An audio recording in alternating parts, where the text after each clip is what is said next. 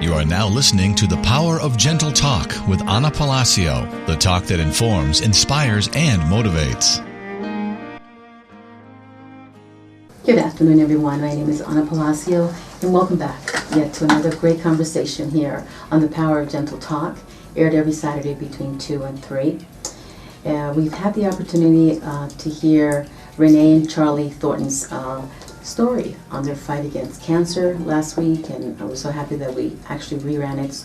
A lot of people wanted to hear that missed it, so it was a delight to be able to do that and to help out also this wonderful cause, like the night walk coming up on November 7th, I believe. It's the 13th, November 13th. So today, I have a great story. I know you're going to enjoy it. I know we're going to learn a lot, because I always close up my show by suggesting that we go into our heart and that we ask, what was the show about? Did it resonate with me? Did it teach me anything? Or did I learn anything? Or was the topic something that I never even considered? So I always ask, go within your heart and let your heart be the true seat of intelligence and help you to make that decision. So today's guest, Sandra Barbieri, I have to say it like that because, and I'm saying it right when I say it like that. She's a wonderful friend, number one, and I also want to let you know that she's going to be one of my co-hosts in this program, The Power of Gentle Talk. What she is a life coach, motivational speaker, and she's going to bring to this program a lot of good insight that's going to help us grow spiritually. I think right now, a lot of us, I would say if not all of us, are seeking more of a meaning to life. There's so much chaos going on. Just a lot of devastation on all levels. So she's going to give us those insights. She's going to help us along the way when we have once a month those topics. She's written a wonderful book, which I'm going to hold up so you can see the wonderful cover. And she's going to tell you all about this book in a minute and how she gave birth to this book. And it's called Cristal and the Secret of the Enchanted Forest, and it's written in both languages, English and Spanish. Cristal, el secreto del bosque encantado. So, of course, she'll be speaking to us in English today, and she's going to tell us her story because she's had to meet a lot of challenges, like we all do on a regular basis. And sometimes we think we can't make it, and we're not going to make it, and why is this happening to me? Or why is it my best friend now is my worst enemy? We see everything from a point of view of darkness or gloom, and doom.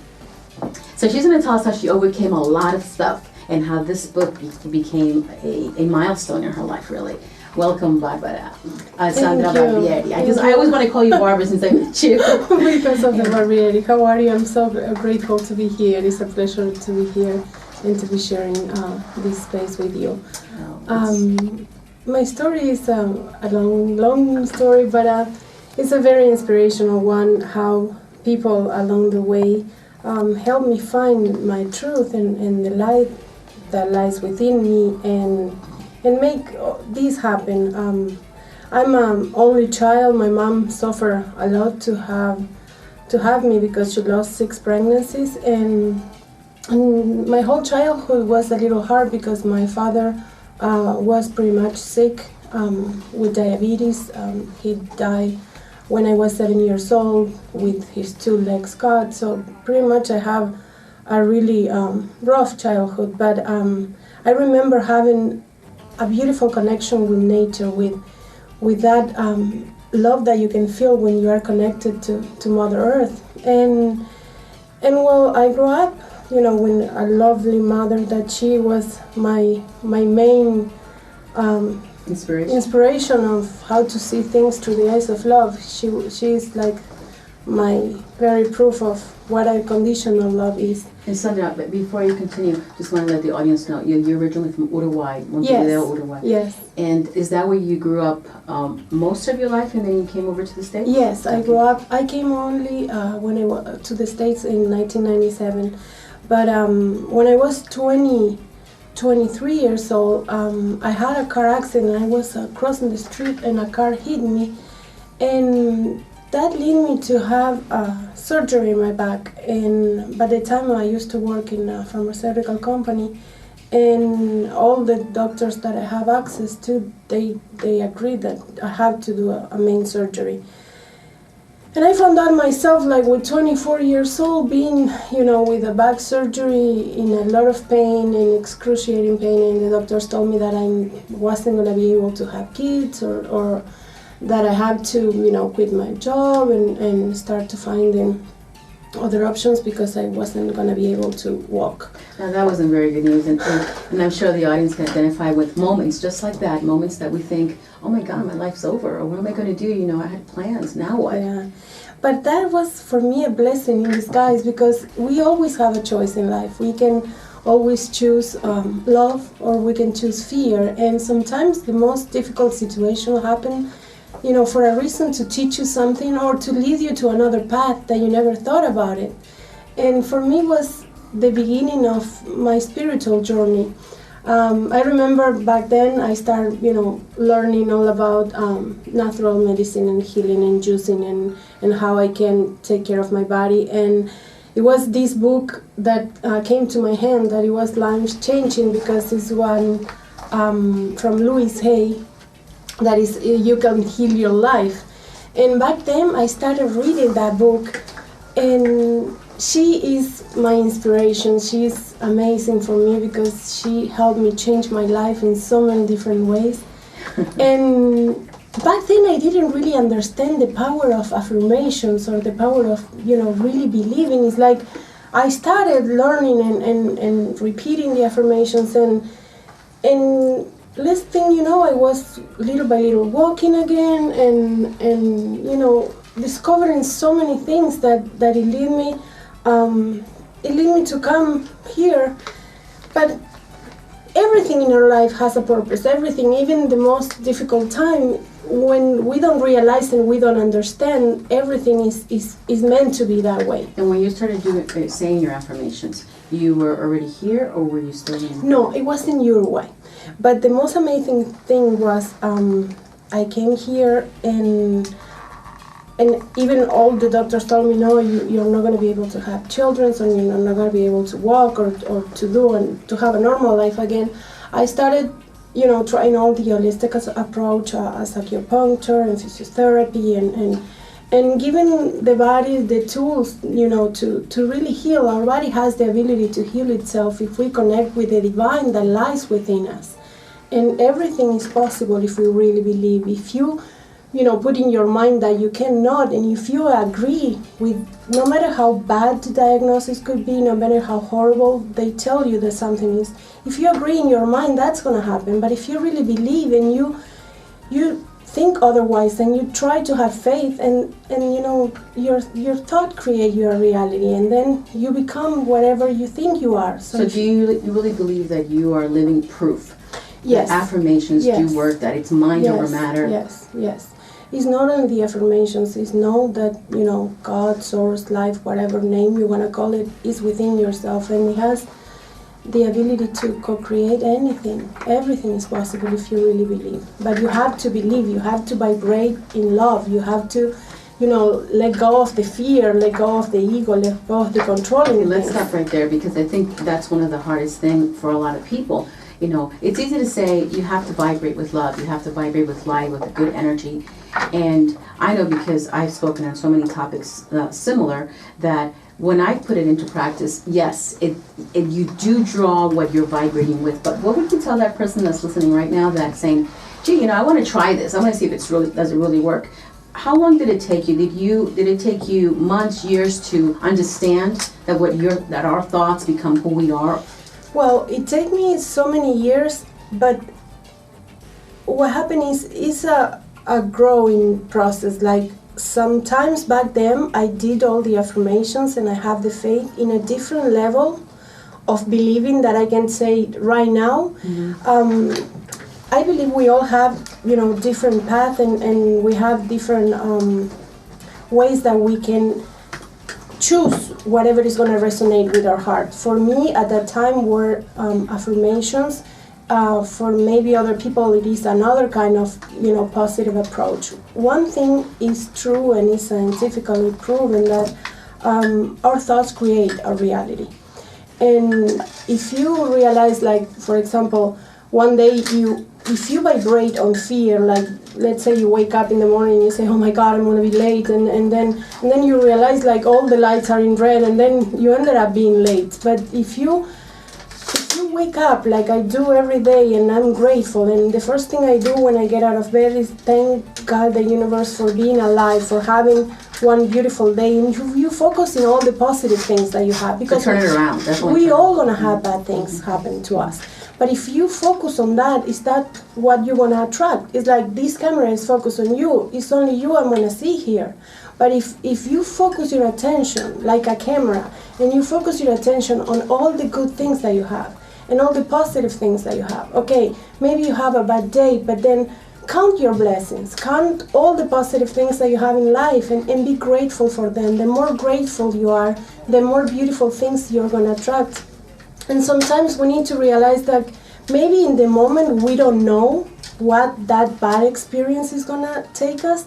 But in the end, if we trust, we know that everything happened for a reason. And thanks to that experience that you're going through today, that is going to make you stronger, and that is going to make you relate to other people as well. Because it's like, I always put the same example, but for example, if you like a chocolate cake, but you never try a piece, you never know how it tastes. So the same thing is with life. If you went through a difficult situation and now you know what does that mean, then you can help other people overcome and give hope. And the same way, like, for example, Louise Hay helped me with her book back then, and I was like in Uruguay, a small country in South America, and because of she had the courage to follow her dream, and then she inspired millions and millions of people all over the world.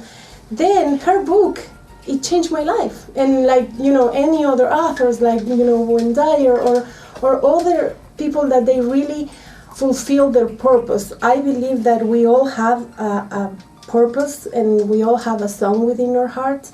And that song is, you know, when it's something big, and it is your purpose, because it's something that doesn't come from your ego. It's something that comes from within your heart in order to help you make a difference in the world. Like, we all need to make that difference, bring that love, bring that light. And if we really step into that place, and if we really follow our heart, we can contribute to leave a legacy of love and values. And that what happened to me with that book back then, that it helped me change my life, and then ignite little by little inside my heart the wanting to make a difference, the wanting to leave a legacy. And so you started seeing a greater picture, a greater vision for yourself. Yes. You shifted your thoughts. I shifted my thought, but it wasn't until I had my son that it was like, oh my God, that was the best gift that, you know, because you were told you weren't could going to be able give to. me, that the doctors told me, and I was like, oh my God, it was, you know, the best miracle in my life. And everything changed, because I never felt so much unconditional love in my life after I hold him in my hand the first time. And by that moment, I really shift inside of me, and I say, I really need to do something for him, not just, you know, being a mom, but I really need to leave a legacy of love. I need to really leave a better world for him, a better planet for him. And I know it's hard sometimes, like, you know, you need to be the change that you wish to see in the world, like Andy used to say, but that made me want to be a better person, to learn to see things through the eyes of love, to learn how to appreciate every circumstances that I went through. That's so important right now, what you're saying, to see the world through the eyes of love, because that's so needed right now. I mean, honestly, it's getting so thick out there. Yes. That everything is really, you know, everything they show on news is just so bad. And we need collectively to really kind of really embed that in our brains. See the world through eyes of love. Mm-hmm. And you took such a situation, you know, such a negative or maybe a dead-end situation, and little by little, you started changing your thoughts. Yeah. You changed your thoughts, you started changing your world. Yeah. And then you started seeing things in a different light altogether. Mm-hmm. Easier said than done, but it can be done. And that's why you're here today, because I want you to continue sharing your story. Well, I believe deep down in my heart that whenever you make the choice to see the world, with the eyes of love, is the whole universe conspired to make things happen. And this was amazing because I was here and I met a friend of mine, and she was going through certain things, and I say, well, you know what, I'm gonna give you a book so you can read and maybe help you. The more we put our hearts into service and to help other people, is how the universe resonates to give you back. No matter, I believe today that you don't have to be, at the contrary that a lot of people say, you have to search, you have to go, you have to find. For me now, I'm in a place of being at service of my purpose, being at service of help people, being at service of making this a better world. And when you do that, is some sort of magic happen that the things that you were searching for, they come to you without you even looking for. I want to also kind of highlight what you're just saying, because sometimes it's difficult because maybe from a point of the ego, people think, I'm not going to serve anybody, I'm not going to go out of my way to do that, or that's their problem. Mm-hmm. And that's what the discovery is. If you just for 1 second stop and say, I'm going to be of service to someone or to something, a cause, a person, it could be a neighbor. Just go check up on them and see how they're doing. You're being of service. And miracles do really start happening. That's what you're saying, isn't it? It is, it's totally. And it's not like you're saying we are in a place so regulated by ego that you are what you have, or you are who you work for, or your appearances, and that is so disturbing, because sometimes we are creating generations of insecure people that they are relying on, different things, trying to fulfill some emptiness that is within themselves because they are never going to be good enough. But when you go within your heart and you find that all that you're searching for is within yourself, that you are perfect, you are divine, you're pure light and you're pure love, then everything else fades away. It's like all the appearances, or you have to be in a certain way or to be perfect. You know that the perfection lies within you. And that way, when you realize that you are everything that you're searching for, then is when you really step into that, power of, some people call it law of attraction, some people call it consciousness. That is that silent, melody that plays in the universe, that you are an instrument, and if you are well tuned, you can play the melody of the universe itself. So, going back to that story, this friend of mine, she gave me a beautiful surprise. So one day she said, Sandra, I have a surprise for you, because she knew my story about, how this book helped me out.